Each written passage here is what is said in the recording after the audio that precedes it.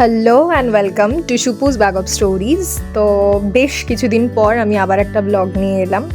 তো এখানে আমি আমার গত বছরের মানে ডিসেম্বর থেকে এই জানুয়ারির যে 3টে দিন যা কিছু ঘটনা ঘটেছে, বেশ ঘটনাবহুলই ছিল, সেগুলোই শেয়ার করছি।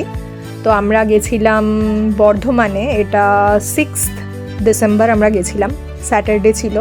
তো সেদিন ধুরন্ধর দেখতে গেছিলাম আমরা। অলরেডি মুভিটা প্রচণ্ডভাবে ফেমাস হয়ে গেছে এবং রেহমান ডাকাইত তো একদম ওনার নাচের জন্য ফেমাস হয়ে গেছে। তো সেই মুভিটা আমরা দেখতে গেছিলাম, বেশ ভালো, বেশ লেন্দি মুভি ছিল, তবে একটুও বোর লাগেনি, ভীষণ ভালো ছিল। এবং অবভিয়াসলি আমরা সেকেন্ড পার্টের জন্য ওয়েট করে আছি। আর বারওয়ান মুভি দেখতে গেলেই আমাদের খাওয়ার ফিক্সড প্লেস হয়ে গেছে cheap and best restaurant, best প্রাইসিংয়ে সব থেকে ভালো খাবার। আমরা অর্ডার করেছিলাম butter naan, garlic naan, chicken do pyaza এবং মাটন দো পেঁয়াজা, সাথে নিয়েছিলাম মালাই কাবাব, খুব ভালো ছিল। সেই উইকে আমার এক খুব কাছের বন্ধুর এনগেজমেন্ট ছিল, নবনীতা, তো ওর এনগেজমেন্টের জন্যই রেডি হয়ে নিয়েছিলাম এবং বেশ মজা হয়েছিল। আবার একটা ফ্রেন্ডসদের গেট টুগেদার মতো, যদিও হাতে গোনা সংখ্যকই ফ্রেন্ড বেঁচে আছে। আর একটা যেটা খুব ভালো ঘটনা ঘটেছে এই ডিসেম্বরে, সেটা হলো আমার খুবই কাছের, খুবই প্রিয় একজন বান্ধবীর সাথে প্রায় 7 বছর পর দেখা হলো, সুরভি, যাকে আমি ভীষণ মিস করি, যার সাথে গল্প করা, কাটানো সমস্ত মুহূর্ত প্রচণ্ডভাবে মিস করি। তো তাকে পেয়েছিলাম, যদিও কয়েক ঘন্টারই জন্যে, বাট ওটাও অনেকটাই ছিল, অনেকটা পাওয়া ছিল। এরপর চলে আসছি আর একটা শনিবার এবং কলকাতার গল্পে। সেই শনিবার আমরা গিয়েছিলাম সাউথ সিটি এবং সেই দিনও আর একটা মুভি দেখেছিলাম, আবতারে ফায়ার অ্যান্ড অ্যাশ। আর এইটাও বেশ লেন্দি মুভি ছিল, তবে একটুও বোরিং নয়, অবভিয়াসলি যারা দেখেছে তারা জানে।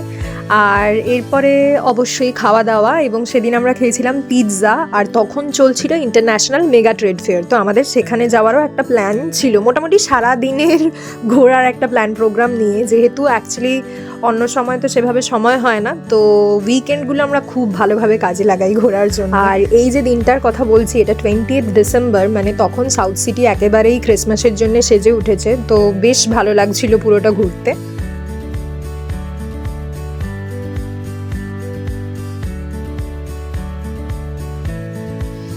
এই ইন্টারন্যাশনাল মেগা ট্রেড ফেয়ারে আমরা আগের বছরেও গিয়েছিলাম, আবার এই বছরেও গিয়েছিলাম, তবে এই বছরে চোখে পড়ার মতো ভিড় লক্ষ্য করেছিলাম। ওখানকার যে বিভিন্ন দেশের স্টলগুলো আসে, ঘানা, আফগানিস্তান, অবভিয়াসলি এবারে তো আফগানিস্তান মানে টপ করছিল ফেমাসের দিক থেকে। যাই হোক, এই ধরনের লাইটসগুলো বা আরও বিভিন্ন ধরনের যে সমস্ত কারুকার্য করা জিনিসগুলো আসে বিদেশের, সেগুলো সত্যিই দেখার মতো, তবে এক্সেসিভ দামও থাকে, তো ওই দেখতে ভালো লাগে।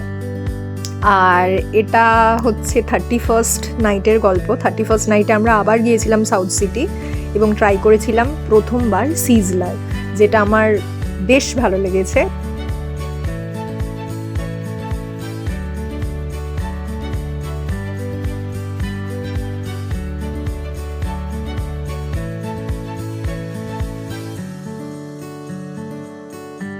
এরপর আমরা বেশ খানিকক্ষণ ওখানকার গেমিং জোনে টাইম কাটাই, অ্যাকচুয়ালি ওই শিং ভেঙে বাছুরের দলে ঢোকার মতো, বাট বেশ সুন্দর। ওখানে আমরা যতবার যাই বেশ মজা হয়। আর এই ইন্টেরিয়র ডেকোরেশনের শপটা তো আমরা যতবার যাই ততবারই দেখি, যেমন দারুণ কালেকশন তেমন চোখ ধাঁধানো দাম। যাই হোক, আমরা এরপর বেরিয়ে এসেছিলাম বাইরের দিকটায়। বাইরের ডেকোরেশনটাও ভীষণ সুন্দর ছিল, আলোয় ঝকমক করছিল পুরোটা, আর আমার সিরিয়াসলি আলোর প্রতি একটা অমোঘ টান কাজ করে। আর পার্কিং জোনে এরকম একটা সুন্দর ছবি আঁকা জায়গা দেখে তো আমার মনটাই ভরে গিয়েছিল। আর আমার নিজের সিরিয়াসলি আঁকা ভীষণ ভালো লাগে, আমি যদিও খুব একটা ভালো আঁকতে পারি না, বাট ওই দেখতে ভীষণ ভালো লাগে। তো এই ছিল মোটামুটি আমার ঘটনাবহুল ডিসেম্বরের সমস্ত গল্প।